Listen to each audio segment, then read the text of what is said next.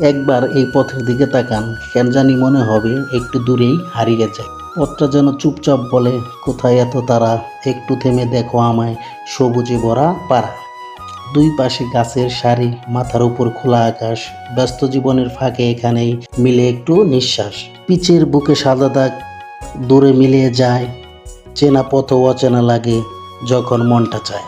দোকানের পাশে মানুষের ভিড়, কেউ বা যাচ্ছে কাজে, তবুও এই পথের মাঝে শান্তি থাকে সাজে। বিকেলবেলা নরম রোদে পাতারা দেয় দোলা, মন হয় এই পথটাই বুঝি প্রকৃতির লেখা কবিতা।